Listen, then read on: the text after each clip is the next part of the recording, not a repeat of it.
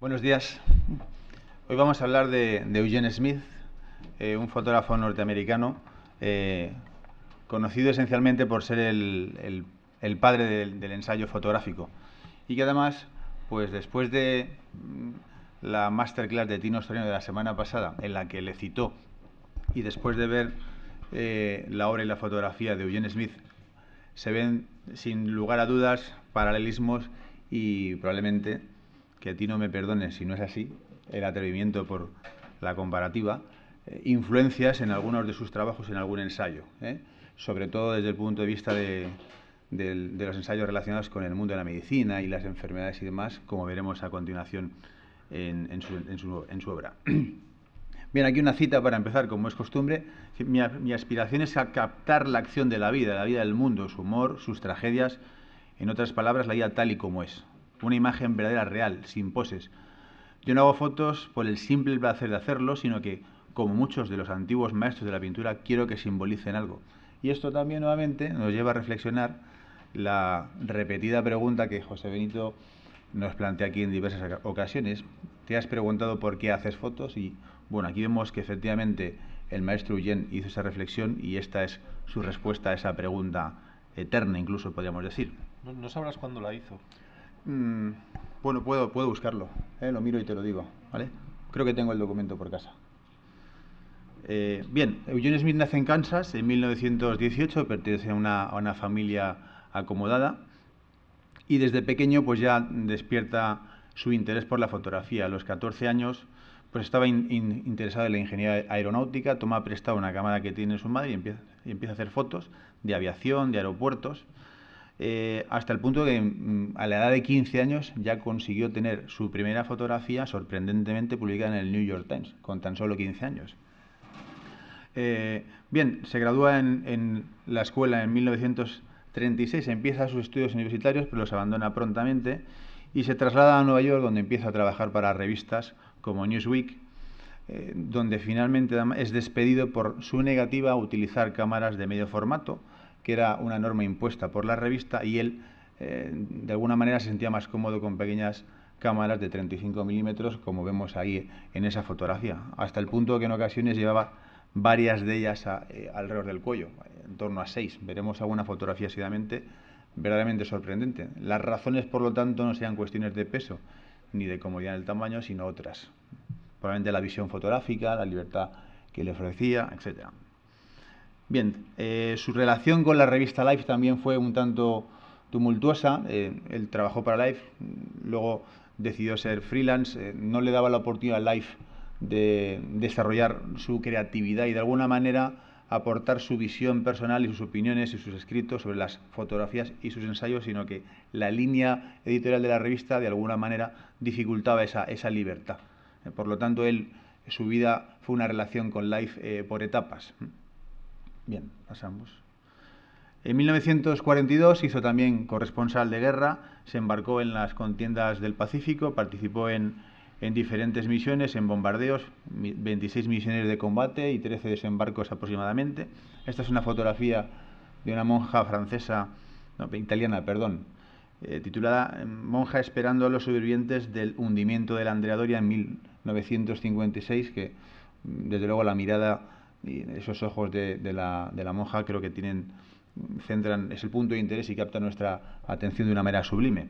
Él resultó gravemente herido en un bombardeo mientras tomaba fotografías para un ensayo titulado Un día en el frente, la vida de un soldado, donde un trozo de metralla le causó graves lesiones en las manos, le penetró por una mejilla, causando lesiones en la lengua, en el rostro, en la nariz, y salió por la otra, y le tuvo convaleciente aproximadamente un periodo de 2 años, con muchas y penosas operaciones que dificultaron. Durante esos años, además, abandona la fotografía y la retomaría años más tarde, hasta el punto que, fijaos lo que dice, 2 años de dolor e impotencia siguieron a aquellos múltiples heridas. Fue un periodo en el cual tuve que someter mi desasosegado espíritu a un forzado estado de pasividad, de ausencia de creatividad, mientras los médicos, con sus innumerables operaciones, intentaban reconstruir poco a poco mi cuerpo. Cuando retoma la fotografía, hace una de sus fotos más conocidas, tras esos 2 años que veremos seguidamente. Bueno, aquí vemos algunos en la siguiente. Bueno, Es que yo he pasado antes que tú. Ah, No pasa nada. Bueno, simplemente he trazado esas dos líneas amarillas en un juego pues que me gusta hacer de vez en cuando en las fotografías cuando pues uno se recrea diseccionándolas y vemos. esto es muy curioso porque da igual que caiga en el ojo, el otro ojo, en medio de la Ya, nariz, a mí sí, me llama la atención porque la postura de la mano, fijaos que es un eje que recorremos visualmente y curiosamente pasa a través de la nariz y el entrecejo. Y si trazamos una línea en ese punto exacto, pues tenemos ahí una división del encuadre que llama poderosamente la atención y quizás sea una de las razones por las que funciona, unido al blanco y negro tan impactante, con ese grano que vemos y con el desenfoque con las figuras que vemos en el fondo. En fin, hay distintos valores, elementos que hacen que esta foto funcione. Bien, aquí vemos algunos de sus ensayos más conocidos. Country Doctor, que es publicado por la revista Life en 1948. Vamos a ver ahora, un poco de corrido después, distintas fotos de algunos de estos ensayos. Un ensayo donde recoge el quehacer y la vida de un médico rural, por así decirlo, en los años 50. Man of Mercy, donde realiza un reportaje también para la revista Life de un doctor que realiza un trabajo fascinante y lleno de penurias también en África. Desde mi ventana, un retrato de la ciudad de Nueva York. Pittsburgh, un trabajo monumental, probablemente uno de los más conocidos y de los más complejos, dilatados y prolíficos que un único, hablando desde un único fotógrafo acomete en solitario, que le llevó 40.000 años y realizó miles de fotografías. Delitosa, quizás un reportaje por el que es más conocido en España, a Spanish Village, una villa española, un reportaje en torno a 1950, del que además la 2 emitió un excelente documental que debe estar colgado por YouTube y bueno, veremos también una selección de fotografías de este reportaje. Algunos datos más: en 1955 ingresó en la conocida y afamada agencia Magnum.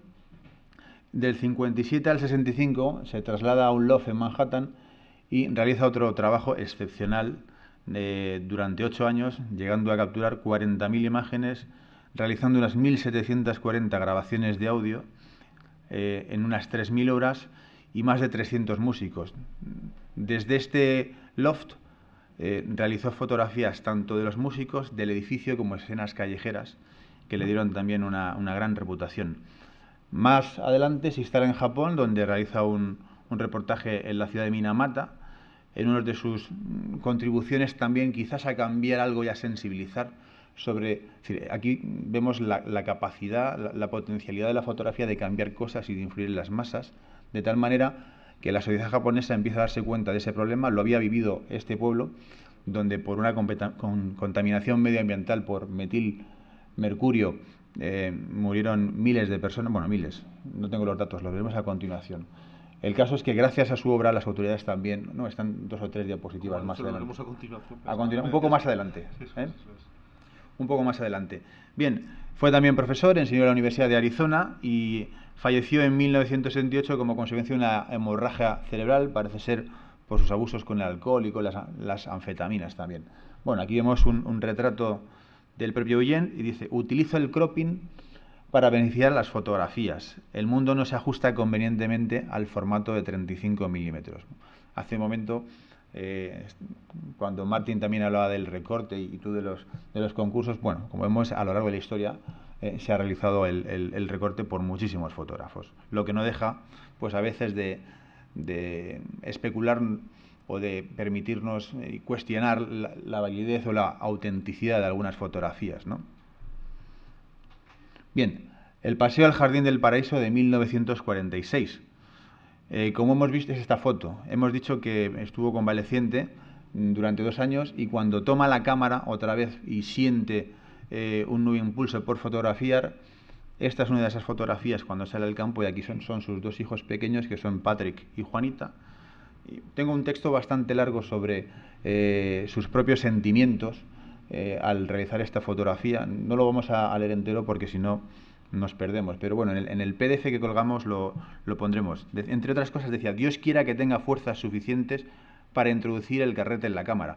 Me encontraba decidido a conseguir que aquella fotografía presentase algo más que una buena realización técnica. En fin, sigue reflexionando sobre sus sentimientos encontrados entre las experiencias vividas por la guerra y después esa vertiente más humanista que le hace cambiar cuando se enfrenta a esas atrocidades, pues en Japón, en Saipan, en Okinawa, etcétera. Trabajador del acero de Pittsburgh, solo he puesto una fotografía también de 1955, de esa serie tan conocida. Y bueno, este es el reportaje de A Spanish Village de Leitosa, una localidad cacereña. Ahí vemos una fotografía en la clase. Él estuvo unos 63 días y tomó alrededor de 2.000 fotografías más o menos en España, de las cuales 1.575 correspondían al pueblo de Deleitosa, donde además el régimen de Franco permitió su llegada y estas fotografías pensando que le veía bien a España. Sin embargo, después, al ver lo que fotografiaba y lo que estaba transmitiendo al mundo, pues se sintió amenazado y perseguido por la Guardia Civil, lo que le obligó a abandonar prematuramente España y puso en el mapa probablemente a España en muchos lugares del mundo en aquella época. Esta es una foto de las más conocidas, donde vemos aquí a sus, no sé si decir sus perseguidores, a la Guardia Civil en aquel entonces. La hiladora de 1950, donde vemos a la protagonista de esta fotografía, que tengo incluso el nombre por aquí, María Ruiz, ensalivando fibra de lino para darle mayor consistencia. El velatorio de Juan Lara Trujillo, de 75 años, muerto de gangrena. Esta es una de las imágenes más conocidas.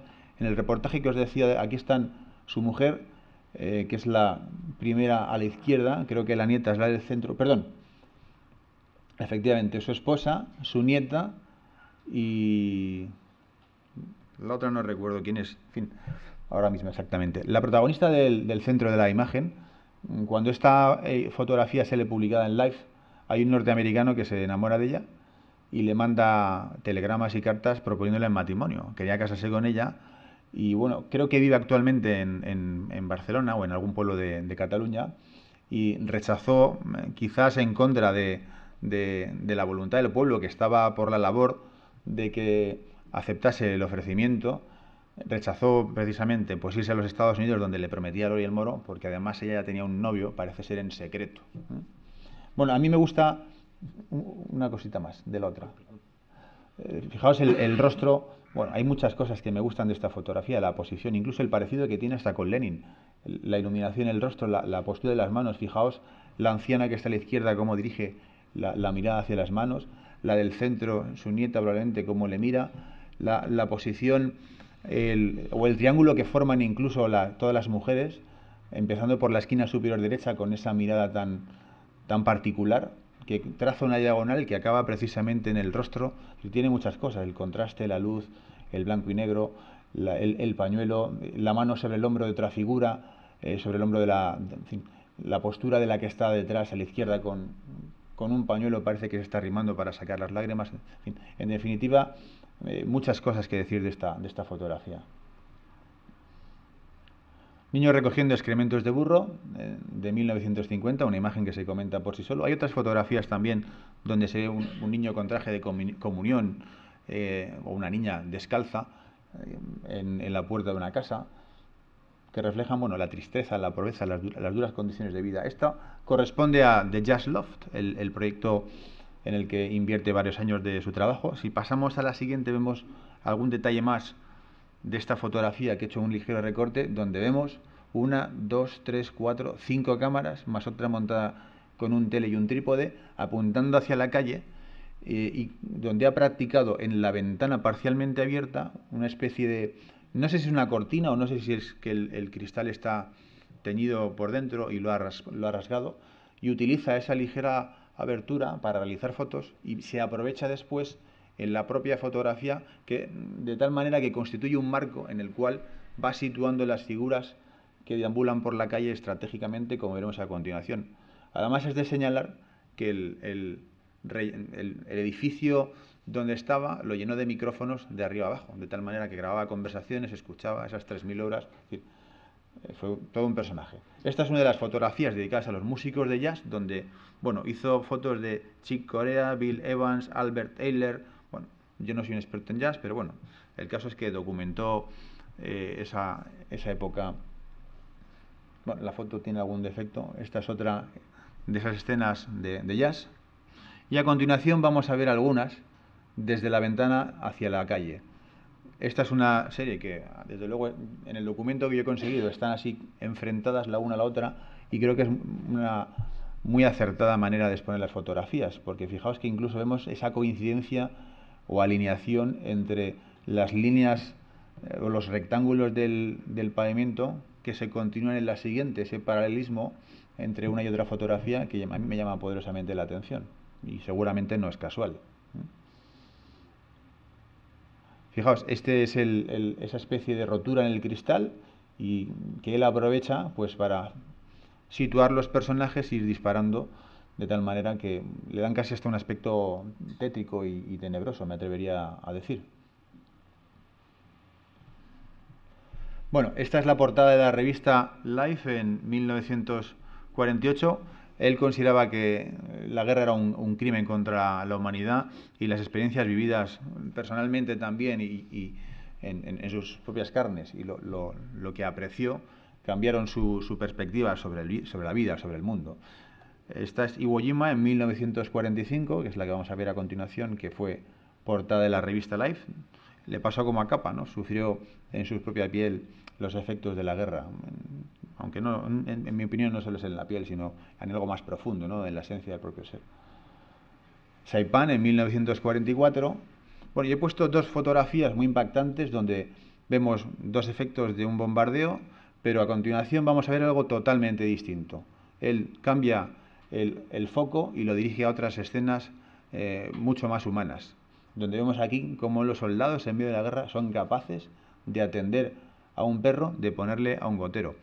Esto es un ensayo donde cuenta una historia, cuenta algo mucho más que escenas de guerra, cuenta sentimientos, cuenta la vida de los soldados en el frente, el odio, la muerte, la ternura, el amor por los animales. Y todas sus fotografías a continuación en esa misma línea. Uy, algo ha pasado. Bueno, las dos fotografías que vienen a continuación, una era de un soldado en posición fetal y la otra era de un soldado que rescata a un bebé de debajo de unas rocas y lo tiene en sus brazos, es decir, buscando pues enemigos, y se encuentra en uno de los bombardeos pues un bebé debajo de una roca y le salvan la vida. Country Doctor, este es un ensayo para mí extraordinario por diversas razones. Es un ensayo sobre los médicos rurales y cuenta muchas cosas. Además decía, su trabajo sin descanso tiene su propia recompensa. Más allá del propio trabajo y los valores o la recompensa o el sueldo que cobras, el trabajar ofrece o te aporta muchas cosas, ¿no? Esta foto que vemos aquí es un niño que ha recibido la coz de un caballo. Y bueno, este médico, para que nos hagamos una idea de la extensión donde trabajaba, su área de trabajo eran una extensión de 400 millas cuadradas aproximadamente, para atender a 1000 personas diseminadas, y era el único médico, desplazándose, andando, pues supongo que en coche, otras veces de cualquier manera, para atender todas las urgencias que surgían, unas veces alumbrando partos y participando pues en el nacimiento de niños, otras asistiendo a personas moribundas. En definitiva, pues algo que seguramente marcó al propio Eugene y sin duda a este doctor protagonista del ensayo. Aquí le vemos atendiendo a una mujer en su consulta. Este hombre había sufrido también, aquí le está tomando la tensión, creo que tenía gangrena, y esta fotografía está hecha en 1948, instantes antes de amputarle una pierna. Y desde luego, si recordáis las fotos de Tino Soriano, son fotos distintas, pero sí vemos un precedente en ese tratamiento de la información, de aproximarse. Fijaos que estas fotos están hechas con tal naturalidad que tanto el paciente como el médico son ajenos casi a la presencia del fotógrafo, y esta más. A mí esta foto, fijaos el rostro cansado, meditabundo, casi agotado, en un momento de descanso, de reflexión, la enfermera al fondo con la mirada ausente también, perdida, con la cafetera o tetera en primer plano, esa taza y el cigarrillo, pues en un momento, en esa vida casi sin descanso, atendiendo esas personas, lo cual también nos hace valorar muchísimo más la dureza de las condiciones de vida también en el medio rural norteamericano. Yo, la verdad es que cuando vemos las fotos de Deleitosa y las vio el mundo, si vemos alguna de estas fotos de los Estados Unidos, tampoco hay tantas diferencias, si nos ponemos a pensar. Y veremos algunas otras que sin duda más me reafirman en lo que estoy diciendo. Bueno, esta es una página que me permito recomendaros, se llama Slightly Out of Focus, donde podéis ver este ensayo y muchos otros. La dirección creo que se ve bien, es www.slightly-out-of-focus.com. Y concretamente esta es pues una parte dedicada a este ensayo de Country Doctor. Hay muchas más de otros fotógrafos clásicos y es una página muy interesante. Bien, esta es otro gran trabajo que a mí me ha fascinado, Maud Cullen, enfermera y matrona o comadrona, publicada en 1951 en la revista Life. Life fue pues seguramente el paradigma, el espejo, el reflejo de muchos magazines fotográficos de hoy en día, y de esta edición, de la edición de Deleitosa, entre las copias vendidas y las posteriores ediciones se vendieron 20 millones de ejemplares aproximadamente, para que nos hagamos una idea de su dimensión. Bueno, esta es una enfermera rural, una mujer fascinante, que trabajó 30 años atendiendo en el mismo sitio a enfermos y luego otros 40 más, casi 70 años dedicados a la medicina, y murió a la edad de 92 años. Y fijaos lo que decía de él el propio John Smith: del modo más especial, ella es probablemente la persona más majestuosa que he tenido el privilegio de conocer. Una combinación de maravillosa sabiduría y compasión, una fuerza de verdadera humildad y verdadero orgullo que te dirige a un conocimiento puro y equilibrado. Y de paso agradezco la mano que me ha echado Mario Rubio en la traducción de esta frase, porque se me ha resistido algunas partes. Bien, y aquí vemos pues probablemente Life, la distribución, la secuencia de las imágenes, creo que eran 24 imágenes las que se publicaron, estaba predefinida o establecida. Yo, bueno, lo he hecho un tanto aleatoriamente, ¿no? Esta es una escena donde vemos la dureza para acercarse a esas poblaciones de afroamericanos, de inmigrantes o nativos, en una época en la que la diferencia entre razas era muchísimo más acusada y ostensible. A discriminación por razón de raza estaba presente todavía en la sociedad norteamericana. No hay más que ver el entorno donde vivían estas pobres personas. Bueno, una escena donde está atendiendo a un niño con pues algunas de sus ayudantes, o quizás esté dando alguna clase, no me atrevería a decirlo. Aquí preparándose pues para atender a algún paciente, algún parto probablemente, y vamos a ver algunas escenas de un nacimiento, un parto, que son verdaderamente espectaculares. Este quizás sea el momento de la espera, está atendiendo sentada allí, y aquí ya un nacimiento. Fijaos además qué cuidada está también la iluminación. Es una composición con un centro de interés muy, muy claro, muy definido. Y aquí la fotografía, que me parece algo excepcional. Fijaos además que lo que nos da una idea de la dureza de las condiciones de vida, alrededor del bebé, eso que vemos son papeles de periódico. Hay otra fotografía que no he puesto en la secuencia, donde ella previamente se ve cómo ha cogido papeles de periódico y hace una especie de canastilla con un doblez que utiliza después para esto, para depositar el cuerpo del recién nacido. Y esta es la siguiente secuencia, donde ya ha cortado el cordón umbilical y le vemos tapando la herida pues con su dedo. Transmite ternura, fragilidad, y aquí ya con la madre. Fijaos el correlato, la secuencia, donde bueno, se ha fijado en todos los detalles. Aquí además ¿La han girado vertical para hacer portada? Yo creo que sí. Yo creo que la foto es horizontal. La han girado. A mí me causa... Sí, ella está tumbada porque si no se caería hacia abajo. Pero como las portadas son verticales, bueno, claro, girar la foto. Sí. Bueno, otra foto donde está consolando a un pobre paciente, como vemos ahí. Y aquí con un niño. A mí me parece un ensayo extraordinario. Minamata, en la revista Life, en la portada, hay una frase que yo he traducido así: la muerte fluye por una tubería. A través de una tubería se vertía al mar pues metilmercurio y otros contaminantes. Más de 100.000 personas comían pescado envenenado. En torno a 10.000 cayeron gravemente enfermas.